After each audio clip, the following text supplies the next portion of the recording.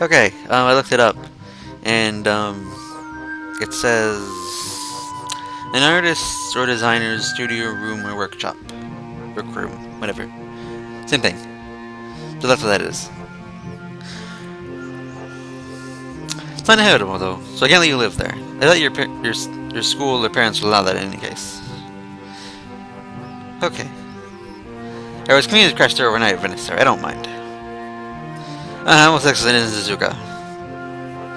You think that he pats me on the shoulder, laughing in relief and happiness, so all his good fortune landed on him personally.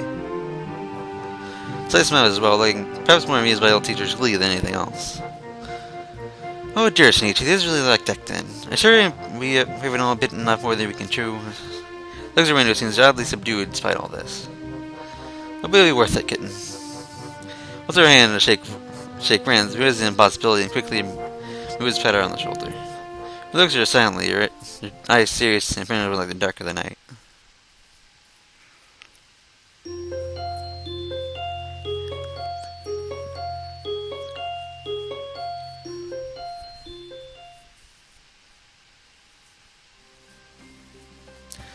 When applies for, and thanks to more pressuring the principal, I'm sure, is granted leave for the rest of the term for exceptional extracurricular activities. She doesn't make it for during summer vacation, but it seems she doesn't mind.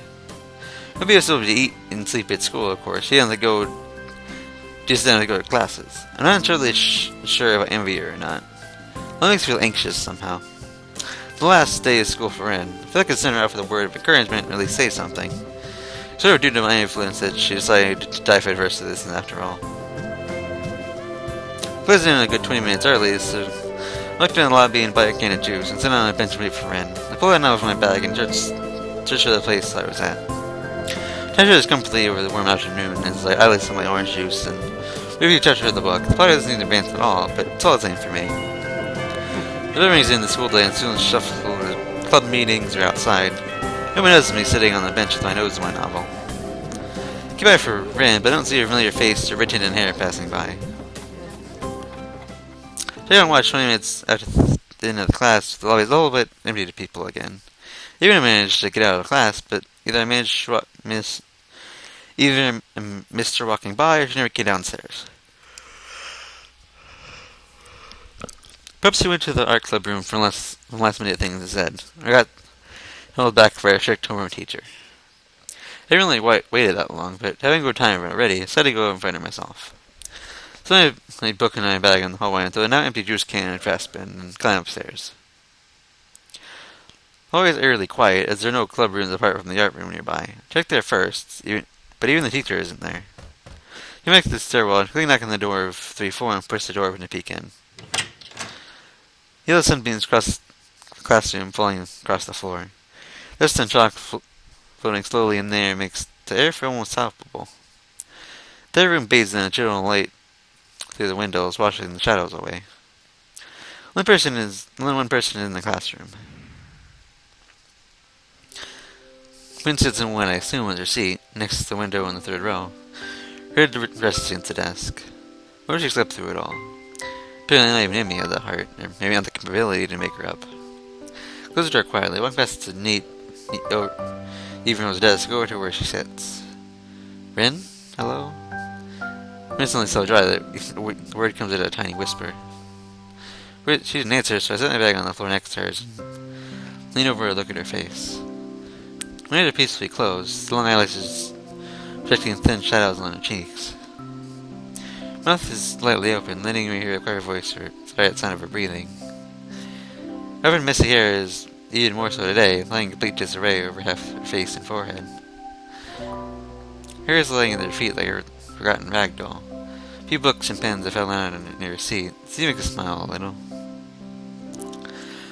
I touched her head lightly, leaving a few I touched Rin's head lightly, smoothing a few stray hairs off her ear. Her hair looks warm her hair feels warm against my hand. Rin stirs and rejects my hand on reflex, feeling embarrassed for touching her so casually. Looks so vulnerable, like any sleeping person. It's impossible not to feel fondness towards her. Suddenly I just stopped words in front of Rin, and then Draw the windows slightly open and get some fresh air in. Don't better wake her up, I don't need to resort to cruder methods. She doesn't wake up, but I didn't really expect her to. Looking at her makes me feel tired as well. To be honest, I wouldn't mind a quick nap either, but I can tame myself with leaning against the large window. The glass is warming against my ear and cheek as his windows face east towards the setting afternoon sun. As the sunlight is nearly melting the afternoon light is slowly melting into Rin's auburn hair, softening her outlines as he seems to be fading into their surroundings. The minute twitches off. What? The minute twitches of her. What? What are minute twitches? Is that a thing? I don't know if that was a thing. The minute twitches of her muscles and hair swaying in the air current. Even with her breathing, gives the strong impression of a dreaming girl. Like all speaking people, Rin looks like he's away from this world, in some distant dreaming country. With her, it didn't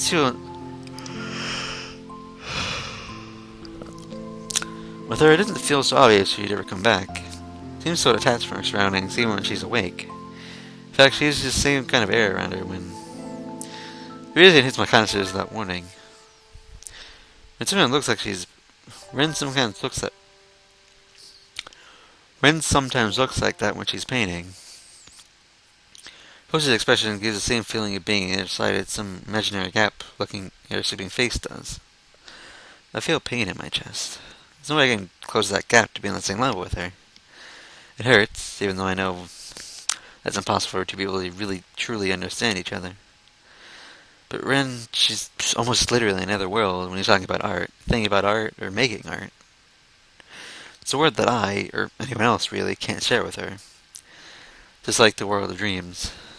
Rin didn't show any sign of waking up, so I faced this decision to either resurrect myself or wait for her to waken on her own. I choose the latter. Waiting is something I'm good at. I found it in my hospitalization, but even the hospital ward is more likely than the school after class is over. The only sound in the place is to hear a lot ticking the clock above the door and the distant sounds of voices on the steel over on the grounds. A June summer breeze rose from inside the window that cracked open, full of warmth and carrying the scent of light. I look out the window to see where it came from, but I'm dazzled almost instantly. The glass window seems to trap with all the light within, making it painful to look that way. I glimpse the window of the dark silhouettes of trees and the wall around the couches near the setting sun's radiance. Turning back to watch Ren, she stirs again. Seeing a tear worms from the corner of her eye, slowly making its way across her face where it falls on her desk. It's tiny, barely a droplet, but it captivates me. A second, another tear follows the first, and then a third. Feeling anxiety overcomes me, petrifying me on the spot. It's so strange.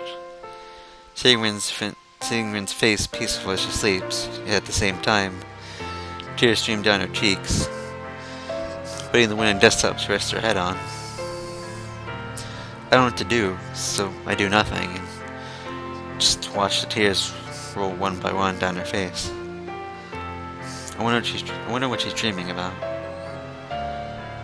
Then wakes up, or after one final flinch, or perhaps because of the tears. She sits up already and yawns, so it says it looks like her jaw might dislocate. It isn't a presence of any reaction, it's more like the lack of any reacting at all. Just an acknowledgement, no startled gasp or anything. Hello. Good morning. Sorry I can't even turn my smile. That smile can't stretch to be entirely honest. You notice her wet cheeks and fake whites on the shoulder of her shirt. Seems he's all surprised or flushed by them. Cried in your sleep. Bad dream? No, it's nothing like that. It's something I learned to do from other people. It's a funny story, I'll tell you later. On second thought, it's really not that funny after all, because I won't tell you. You want something, you're just going to watch me sleep. Or I wanted to see you at the classes. Oh, well, it's at the class now, I'm seeing you right here. Yeah, I just want to say good luck or something. For the upcoming weeks, there'll be a lot of work for you. Thanks. Rin yawns again and blinks a few times. I feel weird. She didn't sleep much last night at all. Butterflies in her stomach? What? No, I mean yes. I know what that means. Butterflies. Didn't really feel good. Didn't really feel so good, no. It'll be fine. So confident. Someday it'll bite you in the ear. I look forward to it. I think you have to go. Promised Miss Emoji to be there for after school, and now it's after school. It's okay to come by sometime? I guess you're planning to work long hours, so you prefer to avoid distractions. It's okay, it's not a distraction. I like Amy. He'll bring you with you, though. I wouldn't like that this time. Rather just stay away. I see. Alright then. Instead, silently walks the door, with me following behind. Chosen to be always avoided, the usual crowd of students feel really lonely. It's only a few hours since school ended, but the school seems to be all but deserted. Our footsteps are all that intrudes upon the stillness of the hallways. The change is sudden, but it just shows how the building is an empty shell, dead without its students and teachers livening it up. It's like the school is become a private world of just the two of us. A desolate place filled with silence and talk dust. I'm going to change. His eyes blue when we walk down the stairs on the third floor, and makes me wonder how she views the challenge that lies ahead of her. As if people must do sometimes. It's the last thing we say to her that day. Even though there's so much we could talk about. Even those words drown the all-consuming silence, disappearing in the stagnant air as if they were never said.